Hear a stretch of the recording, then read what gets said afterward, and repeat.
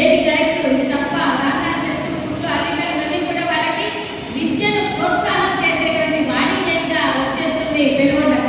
అలాగే పరమేశ్వరుడు కూడా నగరేశ్వరుడుగా, ఆ విధంగానే పరమేశ్వరుడి వాహనమైన నందీశ్వరుడు కూడా విరూపాక్షునిగా, ఈ విధంగా ఆదిశక్తి అంశయే వాసవిగా, ఈ విధంగా 8 మంది దేవతలు పెనుగొండకు ఆదివేశంతో పాటు దిగి వచ్చేస్తారు. దిగి నుండి భూమికి దిగి వచ్చినటువంటి క్షేత్రమే పెనుగొండ.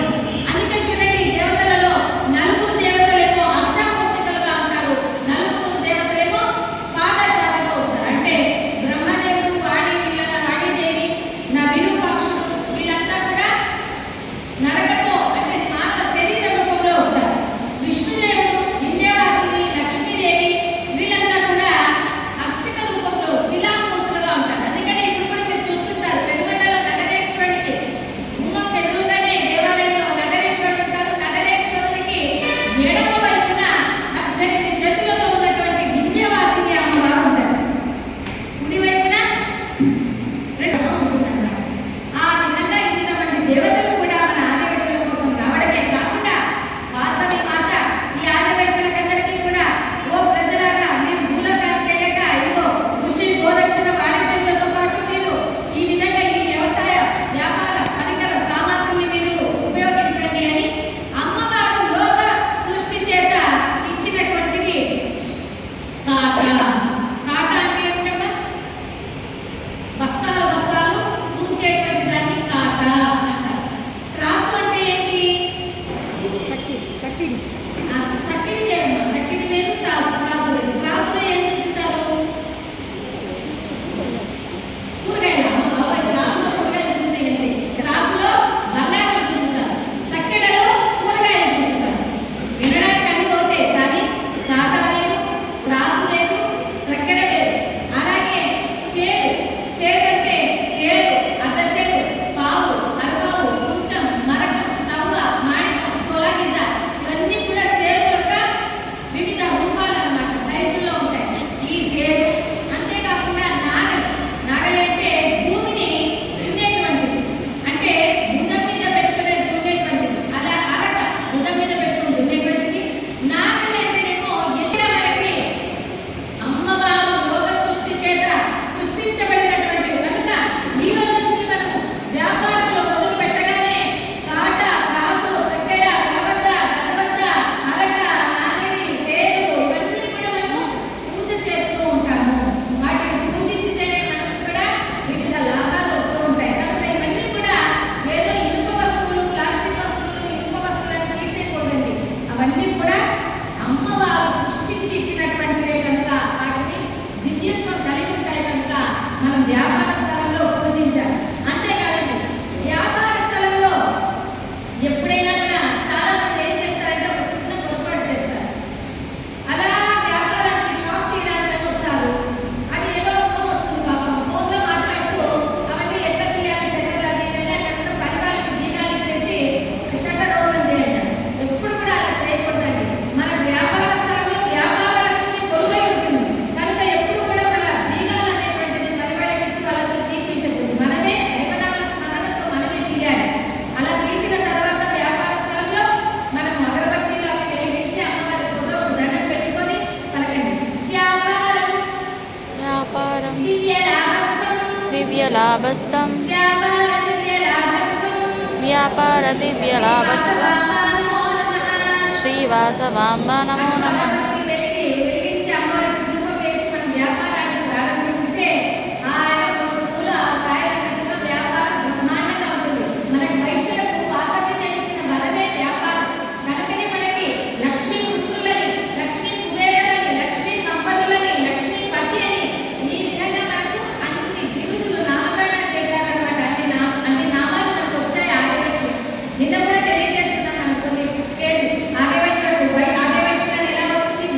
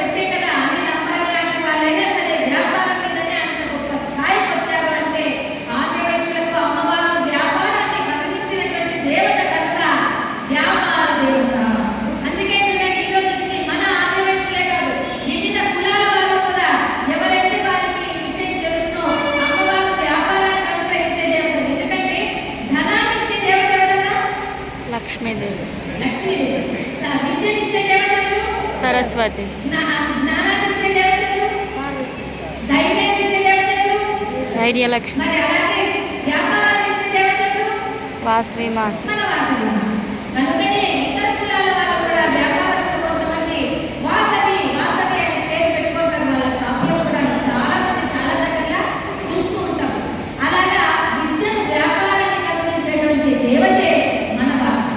ఈ విధంగా వ్యాసంతో పాటు వచ్చిన దేవతలంతా కూడా మనల్ని గౌరవించి మనల్ని అందరినీ ముక్తి మోక్ష స్థానానికి ఇస్తూ ఆ ఇంటికి వచ్చి భూలోకానికి వచ్చినప్పుడు నగరులు అన్నారు. మరి వీళ్ళందరికీ ఆ ఇళ్లలో మయబ్రహ్మ నిర్మించిన ఇళ్లలో కుబేరుడి చేత ఆ త్రిమూర్తులంతా కూడా ధనాన్ని, ధాన్యాన్ని, అలాగే నవరత్నాలు అంటాం కదా. ఏమన్నా నవరత్నాలంటే ముత్యం, పగడం, నవరత్నాలు, వజ్రాలు, వైడూర్యాలు, ముత్యాలు, గోవులు, పాడి, పంట ఇవన్నీ కూడా ఏంటి వస్తాయి? ఇవన్నీ కూడా నవనిధుల కిందనే వస్తాయి. మరి నవనిధులను కూడా నింపినటువంటి వారు ఎవరంటే ఒక కుబేరుడు. అందుకని ఈ నగరులంతా కూడా ఆ ఇళ్ళలోకి వచ్చినాక అయ్యా మేము ఇంట్లో ఉంటాం, ఓ బావనాట్య శ్రేష్ఠ గారు మేము ఇంట్లో ఉంటాం, ఓ అరవింద శ్రేష్ఠ గారు మేము ఇంట్లో ఉంటాం అంటూ వాళ్ళు నిర్మించుకునే లోపల త్రిమూర్తులు వచ్చాయి. ఓ మానవులారా, అరవేశులారా, మిమ్మల్ని భూలోకానికి తీసుకొని వచ్చింది గోవు కనుక గోవును పూజించండి. మిమ్మల్ని ఈ నగరాలను కట్టించింది మయబ్రహ్మ కనుక మీరు మయబ్రహ్మను పూజించండి. మీకు ధనాన్నంతా కూడా నింపినది కుబేరుడు కనుక కుబేరుని పూజించండి అని అనేసరికి అప్పుడు ఆదివైశ్యులు గోవును పూజించి, ఓ గోమాత, ఇక నుంచి మేము ఆదివైశ్యులం ఎక్కడైనా కూడా మేము గృహప్రవేశం చేస్తున్నామంటే, ఇల్లు నిర్మించాం నూతనంగా అంటే మొట్టమొదట ఆ ఇంటి యజమాని కంటే ముందు మీ గోవు యొక్క ప్రవేశం చేసిన తర్వాతనే మేము ఆ ఇంట్లో అడుగు పెడతామని గోమాతకు వరం ఇవ్వడమే కాకుండా గోమాతకు ఉద్యోగులు కలిగించారు. ఏమిటంటే గో స్పర్శనం, గో దర్శనం, గో పూజనం, గో క్షీరం, గోదహి, గోకృతం, గోదానం ఇలాంటివన్నీ కూడా ఆ గోవును స్మరిస్తగానే వచ్చేటువంటి పుణ్యానంతా కూడా మాకు రావాలి అని గోవుకు, అంతేకాకుండా గోవుకు కూడా తిండి ఆహారం బాగా పెట్టి పూజిస్తామని గోమాత వరమించడమే కాకుండా ఆ మయబ్రహ్మతో అంటున్నారు, ఓ మయబ్రహ్మ, మా ఆదివైశ్యుల ఇళ్లలో ఎప్పుడైనా ఏవైనా శుభకార్యాలు జరిగితే మీ చేతితో తయారైనటువంటి బంగారు నగలను, వెండి వెంటెలను, ఆ పిల్లలను ఇవన్నీ కూడా మేము ఆచార్య ఇంటి దగ్గర నుంచి మా శుభకార్యాలకు తీసుకుని వస్తాం, మీ చేతనే చేయిస్తాం అని ఒకప్పుడు వరమిచ్చారు. అందుకని ఇదివరకు కాలంలో ఎవరికైనా పెళ్లి అంటే ఆ మంగళసూత్రాలు కానీ, గాజులు కానీ, నెక్లెస్లు కానీ, వడ్డాణాలు కానీ, వంకీలు కానీ అన్ని కూడా ఆచారాల చేతనే వాళ్ళు ఇక్కడ చేయించి తీసుకొచ్చారు. మరి ఇప్పుడేమైపోయింది? Gold shop. కదా, రెడీమేడ్ షాప్ దగ్గరికి వెళ్ళి రెడీగా ఏమున్నాయో తీసేసుకోవడం. అవునా? అలాగా చేస్తున్నారు. అయితే కుబేరుడికి ఇచ్చినటువంటి వరం ఏంటంటే, ఆ కుబేరుడితో అంటున్నారు ఆదివైశ్యులు, ఓ కుబేరా, నీవు మాకు ఎంతో సహాయం చేసావయ్యా, ఇంత ధాన్యాన్ని మాకు నింపావు. ఎందుకంటే ఒక సామెత కూడా ఉంది, ఎంత చిన్న పేదవాళ్ళైనా సరే ఆదివైశ్యులు అంటేనే ఒక నిమ్మకాయ బంగారైన వాళ్ళ ఇంట్లో ఉంటుంది అనేటువంటి సామెత. ఇది ఎప్పుడో ఉన్నటువంటి సామెత అనుకోండి. ఇప్పుడైతే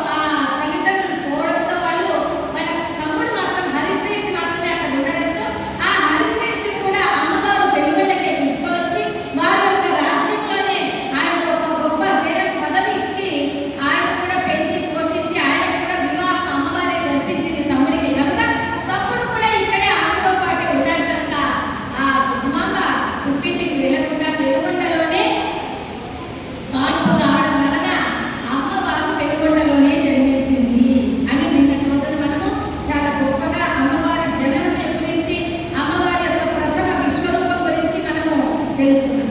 మరి అమ్మవారు జన్మించిన తర్వాత ఇక అందరూ కూడా ఆ అమ్మవారికి లాలి పాటలు, జోల పాటలు, అందరూ కూడా ప్రథమసారిగా ఉయ్యాలలో ఆ తమ్ముడు మేనమామ ఇచ్చినటువంటి ఆ ఉయ్యాలలో పడుకోబెట్టి అమ్మవారికి జోలలు పాడుతూ ఉన్నారు. అప్పుడు ఆ సమయంలో ధనలక్ష్మి గారు వచ్చారు ఆచరించి అని చెప్పాను అమ్మవారికి నేనంట. అప్పుడు ఆమె ఆ మణిని సమర్పించినప్పుడు అప్పుడే అమ్మవారి ప్రథమ స్వరూపం చూపించిందని తెలుసుకున్నాను. అప్పుడు ఆహా ఎంత బాగుంది అమ్మ అని ప్రథమ విశ్వరూపం చూపించేసరికి వీళ్ళకందరికీ కూడా ఆహా 2 బంగారు కొమ్మలకు ప్రాణం పోసినట్లుందే అని అనిపిస్తుంది. చిత్తాస్వాతి కార్తెలలో ఎగిరెగిరి తెలుస్తుంటాయో ఆ విధంగా నేను మీకు అందుతూ ఉన్నటువంటి ఆ చిన్న శిశువు ఇద్దరిని చూసి అందరూ కూడా ఇక అమ్మో వీళ్ళు దైవతత్వమా, ఇక పూజలు చేయాలి అనేటువంటి భావనతో ఉన్నప్పుడు అమ్మ వాసవి మాత చిన్న వాసవి ఇలా బాలవాసవి ఇలా చేతులు ఇలా అనేసరికి వీళ్ళంతా కూడా వారి యొక్క ఆ దివ్యత్వాన్ని అమ్మవారి యొక్క విశ్వరూపాన్ని మర్చిపోయి ఆహా ఎంత బాగుంది ఈ చిన్న శిశువు, ఎంత ముద్దొస్తుంది, ఎంత ముచ్చటగా ఉంది అని వాళ్ళందరూ కూడా ఆ అమ్మవారిని లాలి వేస్తూ లాలి పాడుతూ జోల పాడుతూ ఉన్నారు.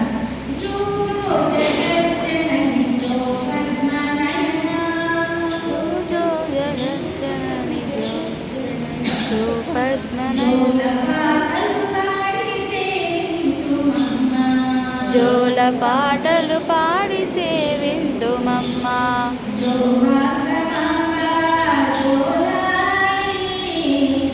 వాసవాంబ జోలాలి,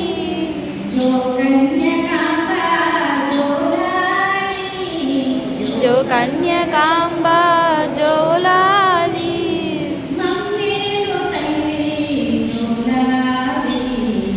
మమ్మేలు తల్లి జోలాలి. జోలాలి జోలాలి జోలాలి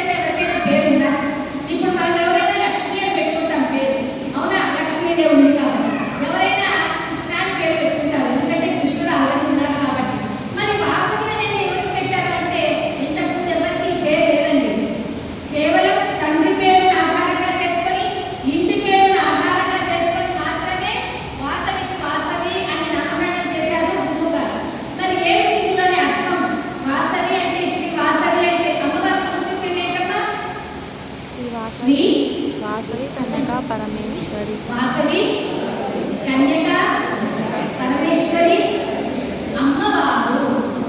శ్రీ వాసవి కన్యక పరమేశ్వరి అమ్మవారు. శ్రీ అనగా పరమేశ్వరి అని. ఇక అమ్మవారు అంటే అమ్మ అంటే మనకు పాంచభౌతిక శరీరానికి జన్మనిచ్చినటువంటి తల్లిని అమ్మ అని అంటాం. అలాగే మనం ఏది కోరికలు కోరకుండానే మనకు ఇహపర సౌకర్య బంధాలన్నీ కూడా మనకి ఎంతో అవసరాలు తీర్చేటువంటి తల్లిని ఎన్నో పదాలు ఇచ్చేటువంటి మాటను అమ్మవారు అని అంటూ ఉన్నాం అన్నమాట.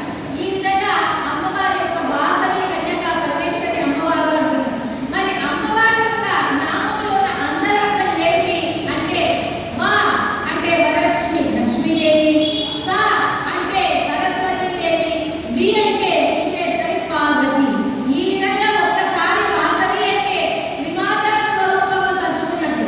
అలాగే వా అంటే వాసుదేవుడు, సా అనగా సత్యలోకాధిపతి బ్రహ్మ, వి అనగా విశ్వేశ్వరుడు ఈశ్వరుడు. ఈ విధంగా త్రిమూర్తి స్వరూపాన్ని తలుచుకున్నట్టు. కనుక ఒక్కసారి వాసవి అంటే త్రిమూర్తులను త్రిమాతలను త్రిమాతలను త్రిమూర్తులను కూడా తలుచుకున్నటువంటి పుణ్యం మనకు వస్తుంది. కనుకనే వాసవి జై వాసవి అంటున్నాం. అవునా? జై వాసవి అని చెప్పండి. జై బోలో వాసవి మాతాకి జై. ఆ విధంగా వాసవికి పేరు ఆ విధంగా పెట్టారు. ఇక వాసవికి నామకరణం అయ్యాక మనకి భాగవతంలో తెలుసుకున్న ప్రకారంగా శ్రీకృష్ణుడు ఎన్ని లీలలో అద్భుతాలు చూపించారో అలాగే ఈ వాసవి విరూపాక్షుడు కూడా అన్ని లీలలో అద్భుతాలు చూపిస్తున్నారు. వారు నడుస్తున్నారు, ఈ విధంగా గోగాడుతున్నారు, పరిగెడుతున్నారు, పాకుతున్నారు.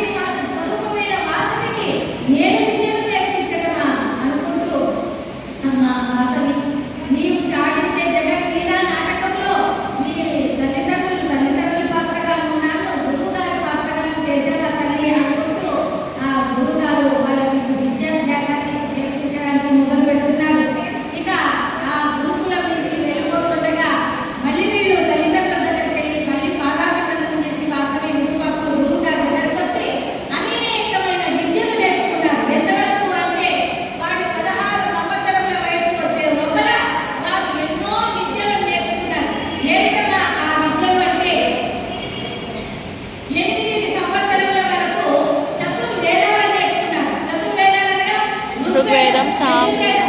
అథర్వణ వేదం, సామవేదం, ఈ 4 వేదాలను కూడా నేర్చుకుంటారు. మరి ఇప్పుడు మన పిల్లలకి ఏం నేర్పిస్తున్నాం? Physics, maths, chemistry. ల్యాప్టాప్ లో గేమ్ ల్యాప్టాప్ కదా, సెల్ ఫోన్ లో డాన్సింగ్ ఇవన్నీ కూడా ఈ కార్ డ్రైవింగ్ ఇవన్నీ కూడా చూసి నేర్పిస్తున్నారు. కానీ పిల్లలు ఇలాగా అడిక్ట్ అయిపోకూడదు. మనం పిల్లలకి ఏం నేర్పించాలి? వాసవి మాత బోధించిన ప్రకారం వాసవి జీవిత చరిత్రను ఆధారం తీసుకొని అమ్మవారు ఎలాగ నేర్చుకున్నారు అనేటువంటిది. అంటే అమ్మవారు ఎన్ని విద్యలు నేర్చుకున్నారు? గదాయుద్ధం, జల విద్య, యుద్ధ విద్య, అలాగే మనకు ఉపనిషత్తులు, 108 ఉపనిషత్తులు, అష్టాదశ పురాణాలు, శాస్త్రాలు. ఇవన్నీ శాస్త్రాలు అంటే ఎన్ని రకాలు ఉన్నాయి? జ్యోతిష్య శాస్త్రం, యజుర్వేద శాస్త్రం, ఆయుర్వేద శాస్త్రం, విద్యాశాస్త్రం, ఇలాగే వాస్తు శాస్త్రం. ఈ శాస్త్రాలను కూడా నేర్చుకున్నారు అమ్మవారు. అలాగే వాసవి విరూపాక్షులు ఇంకా ఏం నేర్చుకున్నారమ్మా అని అంటే తంత్ర మంత్ర శక్తులు కూడా వాళ్ళు నేర్చుకున్నారమ్మా. ఈ విధంగా ఇన్ని విద్యలు నేర్చుకున్నటువంటి వాళ్ళు ఈ వాసవి విరూపాక్షులు. వాసవికి ఇన్ని విద్యలు నేర్పినటువంటి గురువు గారు ఒకనొక సమయంలో వాసవి విరూపాక్షుని పిలిచి, ఓ వాసవి, ఓ విరూపాక్షులారా, అమ్మ వాసవి, విరూపాక్షుని కంటే కూడా నీకు ఇంకా విద్యలు ఎక్కువ నేర్పానమ్మా. సంగీతము, వీణ, వయలిన్, గిడేలు ఇవన్నీ కూడా నీకు నేర్పించాను. అలాగే ఇంకా మీకు ఏదైనా విద్యలు నేర్చుకోవాలి అని ఉంటే తెలియజేయండి, నేర్పిస్తానన్న. అప్పుడు విరూపాక్షుడు అన్నారు, ఓ గురువు గారు, నాకు గదాయుద్ధం నేర్పించండి అన్నారు. ఇదేమిటయ్యా నాయన, ఆదివేశులకు మీకెందుకయ్యా గదాయుద్ధం అంటే? ఓ మహానుభావ గురువర్యులారా, మీరే మాకు తెలియజేశారు కదా. ఎందుకంటే మేము పుష్పశ్రేష్ఠి గారి కుమారులు. మరి పుష్పశ్రేష్ఠి గారి యొక్క వంశ పారంపర్యం ఎలా ఉంది అంటే గొప్పదైనటువంటి వంశం పుష్పశ్రేష్ఠి. భూద్బాహుడు అనే వారి యొక్క కుమారుడే శంకుశ్రేష్ఠి సోమకాంతుడు. సోమకాంతుడి యొక్క కుమారుడే మాగుడు. మాగుడి కుమారుడే మధుమంతుడు. మధుమంతుడి కుమారుడే వినోదనుడు. వినోదనుడి కుమారుడే మణిదారుడు. మణిదారుడి కుమారుడే కులాభరుడు. కులాభరుడి కుమారుడే మణిగిరివుడు. మణిగిరివుడి కుమారుడే జటిలుడు. జటిలుడి కుమారుడే భద్రుడు. భద్రుడి కుమారుడే హయగ్రీవుడు. హయగ్రీవుడి కుమారుడే పద్మాక్షుడు. పద్మాక్షుడి కుమారుడే శ్రవణ కుమారుడు. శ్రవణ కుమారుడి కుమారుడే సత్యవంతుడు. సత్యవంతుడి కుమారుడే శివశ్రేష్ఠి. శివశ్రేష్ఠి కుమారుడే గోముఖశ్రేష్ఠి. గోముఖశ్రేష్ఠి కుమారుడే కుముదశ్రేష్ఠి. కుముదశ్రేష్ఠి కుమారుడే కలిహారశ్రేష్ఠి. కలిహారశ్రేష్ఠి కుమారుడే కుసుమశ్రేష్ఠి. ఒక్కొక్కటి చరిత్రలు తెలుసుకుంటే ఎంత గొప్ప వారంటే వారందరూ కూడా అంత గొప్ప గొప్ప వారి యొక్క వంశంలో జన్మించినటువంటి పిల్లలే వాసవి విరూపాక్షులు. అంతే కదండి. ఎవరి పడితే వాళ్ళకి దైవత్వం జన్మిస్తారా? దేవుడు పుట్టే ముందే ఏ తల్లిదండ్రులకు ఎంత పుణ్యం చేసుకున్నారో అటువంటి తల్లిదండ్రుల గర్భాన జన్మించాలనే భగవంతుడు కోరుకుంటాడు.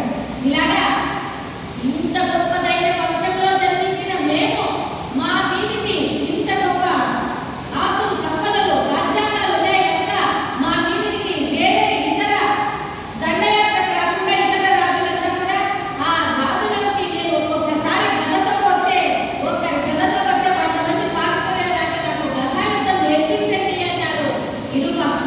అలాగే వాసవి మాత కూడా, ఓ గురువుగారు, నాకు కూడా విలు విద్యను నేర్పించండి అని అన్నారు. అప్పుడు అందరూ కూడా పిల్లలందరూ తోటి పిల్లలు ఆశ్చర్యపోతున్నారు. ఇదేమిటమ్మ వాసవి, ఇదేమిటమ్మ వాసవి, నీకు గదాయుద్ధమా? ఎక్కడైనా ఉందా? మనకి స్త్రీలు కదా, స్త్రీలు కవచం ధరించినట్టుగా, స్త్రీలు యుద్ధం చేసినట్టుగా, స్త్రీలు యుద్ధంలో అవతల వాళ్ళని ఓడించినట్టుగా అని అనేసరికి అప్పుడు అమ్మవారు అంటారు, మనం చదువుకున్నాం కదా, తెలుసుకున్నాం కదా గురువుగారి ద్వారా. ఎందుకంటే మనకు దుర్గా అమ్మవారు మహిషాసురుడిని సంహరించలేదా? అలాగే సత్యభామని చండకాసురుడిని సంహరించలేదా? అలాగే శ్రీరామచంద్రుడు రావణాసురుడిని సంహరిస్తే ఆ సీతామహాదేవి శతకంఠ రావణుని 100 చేతులు, 200 చేతులు, 100 తలలు ఉన్నటువంటి శతకంఠ రావణుని కూడా సంహరించినటువంటి మానవ సీతాదేవి. అంతేందుకు ఈ మధ్య కాలంలో మనం చూసినటువంటిది కూడా వనకలను పరిపాలించేటువంటి ఎవరమ్మా మా మాట చెప్పరా? వనకలు ఎవరు పరిపాలించారు? రుద్రం. ఏంటో అన్ని నేనే చెప్పేయాలి, ఒకటైనా చెప్పొచ్చు కదా. రుద్రమ్మ, కరెక్ట్ అమ్మా, రుద్రమదేవి.